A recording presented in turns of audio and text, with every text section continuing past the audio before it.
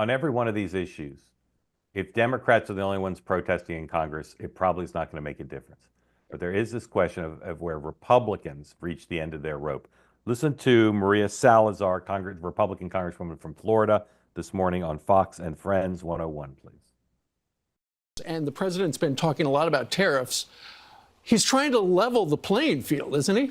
Well, yeah, he's trying to make things right. You know, trading with the United States is a privilege, not a right. So if you don't play by our rules, we just don't play with you. Right. And look what's happening with China. Sure. What they're imposing bioterrorism. It's a bioterrorism war with the fentanyl. Fentanyl is the #1 killer for children between 18 and 45. And the president just said it. You cannot continue sending the chemicals to Mexico. So, Sean, your party used to be a free trade party. Is there any chance that the tariffs, implementation of the tariffs, will cause a meaningful number of Republicans to team with Democrats to say this is bad for the economy?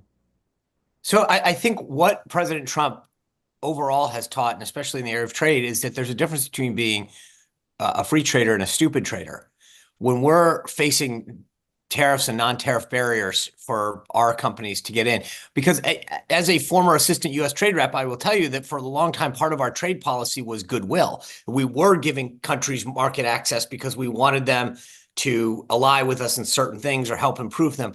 At a certain point, you say to yourself, are we just getting taken advantage of? And I think what Trump has shown us is that that's not free trade. Free trade isn't we pay $100 extra to go into your market, you get to come into ours for free. I think that there's now a discussion about fair trade and equal trade. But for the longest time, part of the tenet of our trade policy was that we wanted to give market access to our country as a tool to them for a variety of political and geopolitical reasons. Yeah, but I think the challenge with all of this is she says it's a privilege, not a right. Of course. And every other country we do business with has the same exact view. You want to come into our market? It is a privilege, not a right. Trump keeps saying we win, right? We become richer. Well, the trading partner, anytime you do a deal, the other side has to get something out of it. And so the problem is that doesn't seem to work very well because he's all about winning and strength and dominance.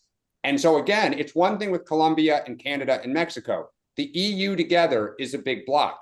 China is a big bloc. It is not that simple as simply saying, like, you guys need to bend, or Mark, what's your line? What's ours is ours and yours, we'll negotiate.